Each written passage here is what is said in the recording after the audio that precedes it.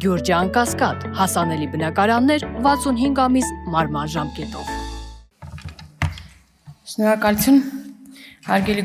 գործընկերներ, սենց պատրաստվում ես, գալիս ես, որ թեմատիկ խոսես, բայց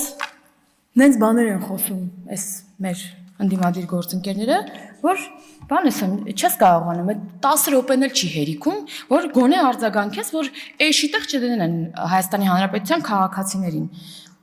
Էլի ուզում եմ ֆիքսել, ինչպես նախորդին ֆիքսեցի, որ էլի աթոռներին նայելու ենք, աչքեր պատկերացնենք, իրանց հետ խոսենք։ Տիկին Գալստյանը,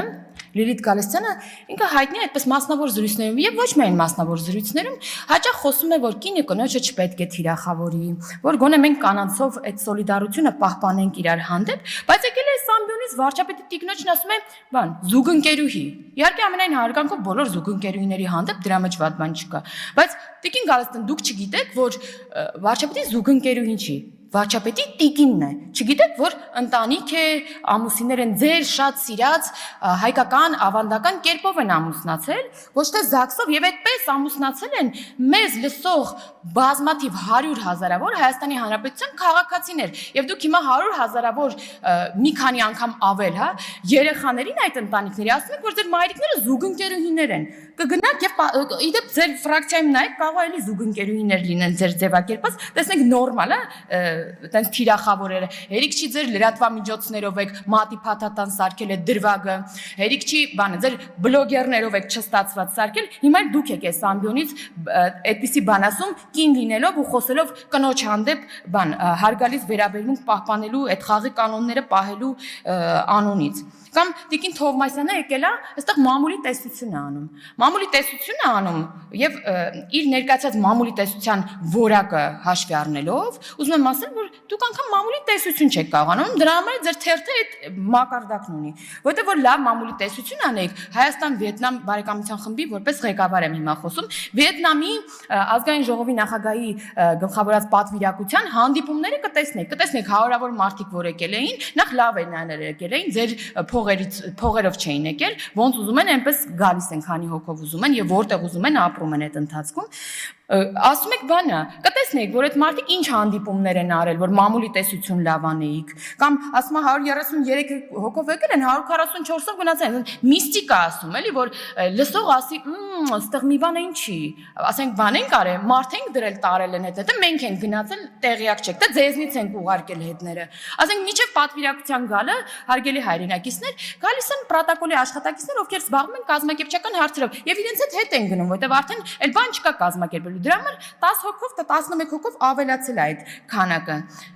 Կամ բանը նկարացույց տալիս, բան 10 հոգանոց ասում է, տեսեք, սա է 130-140 հոգանոց պատվիրակությունը։ Ասենք Տիկին Թովմասյանն ուզում էր, որ Վիետնամի ազգային ժողովի նախագահի, օրինակ, օգնականը, անվտանգության աշխատակիցը, պրոտոկոլի աշխատակիցը կամ այն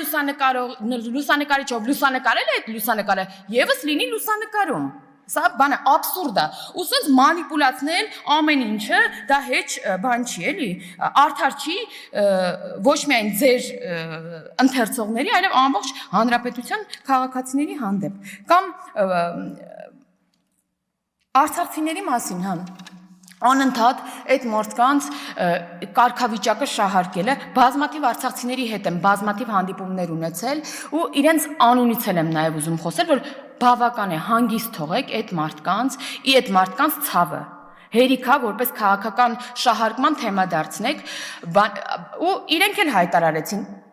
այդ մարդիկ հեղափոխություն չեն պատրաստվում անել, իրենք էլ հայտարարեցին իրենց վերջին պայքարը, դա ինչքան էլ դուք փորձեցիք բեմերից դարձնել քաղաքական պայքար, իրենք էլ ասացին, որ դա սոցիալական խնդիրների հետ էր կապված, կառավարությանն ընդառաջ են գնում, պայմանավորվել են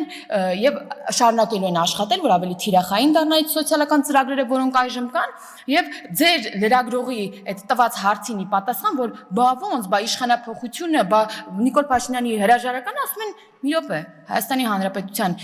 իշխանությունը ձևավորում է Հայաստանի Հանրապետության քաղաքացիների կողմից։ Այս ձեզ լավագույն պատասխանն է, գնացեք եւ վրանում արված ասուլիսը նորից դրեք եւ նայեք։ Ինչ վերաբերում է արցախցիներին ու հանգիստ թողեք այդ մարդկանց։ Բայց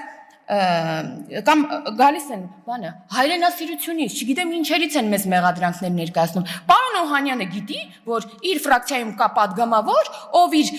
անչափահաս երեխային դարձրել է օրինակ Վրաստանի քաղաքացի, որպեսզի իր սիրած բանակում չծառայի, թող գնան եւ ոչ հայրենասերներ փնտրեն իրենց ֆրակցիաներում հերիք ու բոլեղավ, ինչպես ասում է մեր սիրելի վարչապետը։ Հիմա, բայց տիկին դատախազ, այս ամբողջը քաղաքական բան է, ուղղակի տենց պայքարի նախերգանք է, որը սկսվել է ոչ այսօր, ուղղակի հիմա ուղղակի սրվել է։ Եվ այդ պայքարը ընդհանրապես մի բանի համար է, ոչ թե որ գան, բանը ստանձնեն պատասխանատվություն, երկիրը չգիտեմ ինչ անեն, այլ որ գան այն իրանց թալանածը կարողանան պահեն, որովհետև տեսնում են, որ ապօրինի գույքի բռնագանձման այդ օրենքը աշխատում է եւ իրենց բազմաթիվ գողացածը այսօր անցնում է այդ գործով եւ մենք ուզում եմ արձանագրել, որ ունենք հիմա արդեն կոնկրետ արձանագրումներ, որ բազմաթիվ վարույթներ կան նախկին բարձրաստիճան պաշտոնյաների դեմ։ Միլիարդավոր դրամների գույքի վերադարձ պետությանը ընթացքի մեջ է։ Եվ որ ամենակարևորն է, այս պայքարը հարգելի տիկին դատախազ, սա ուղղակի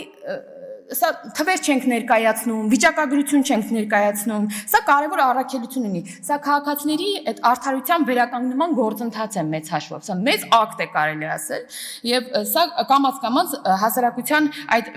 վստահությունը իր իշխանության հանդեպ վերադարձի ընթացք է, ոչ թե փորձ։ Իսկ ինչպես է այդ վստահությունը վերադարձվում։ Դուք բազմաթիվ ձեր ելույթում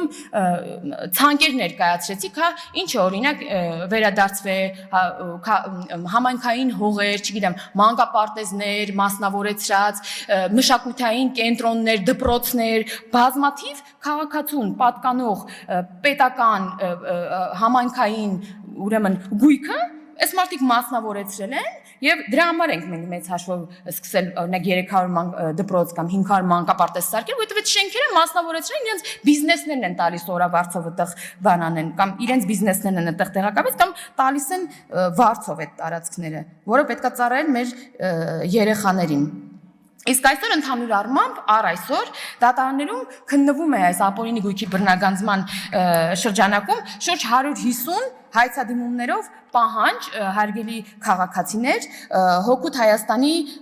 ուրեմն դրանցով պահանջ կա բռնագանձել 1381 անշարժ գույք, 270 շարժական գույք, 359 իրավաբանական անձանցում մասնակցություն, դրամական պահանջը կազմում է շուրջ ավելի քան 527 միլիարդ դրամ, ընդհանուր հայցագինը շուրջ 600 միլիարդ դրամ։ Այս ինչից որ իրանք այստեղ խոսում են, այս միլիարդները եւ ոչ այս բարձա չէ որ այդ միլիարդների ընդհանրապես մի կաթիլն է ծովում, որը մենք ամբողջ ծովը պետք է վերադարձնենք, չնայած ներս չեք պահել, որ ամբողջը կարողանանք վերադարձնել։